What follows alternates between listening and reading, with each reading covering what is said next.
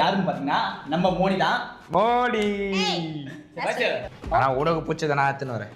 இவனை நம்ப கூடாது, இப்படிதான் சொல்லுவான். ஆனா எடுத்துட்டு வர மாட்டான். ஒரு பாக்கெட் ஃபுல்லா ஊதுறேன்னு வச்சுக்கேன், அப்படிதான் சொல்லிட்டேன். சமோ ஸ்மெல். கீ சூப்பர் கீ. நீ வேண்டாம்.